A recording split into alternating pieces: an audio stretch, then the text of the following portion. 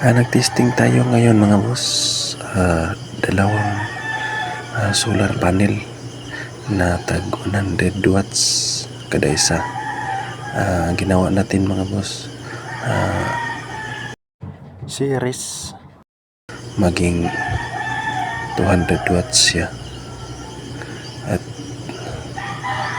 mayroon pa sa taas mga boss, may nilagay pa ako ang mga solar na maliliit para sa ilaw, para yan sa ilaw mga boss. Yung tinisting natin mga boss, para yun sa TV natin na gagamitin sa bahay. Tinisting natin siya mga boss, at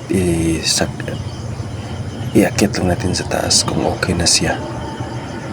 At ito ang wire niya mga boss, nakalapag pa sa sahig ito.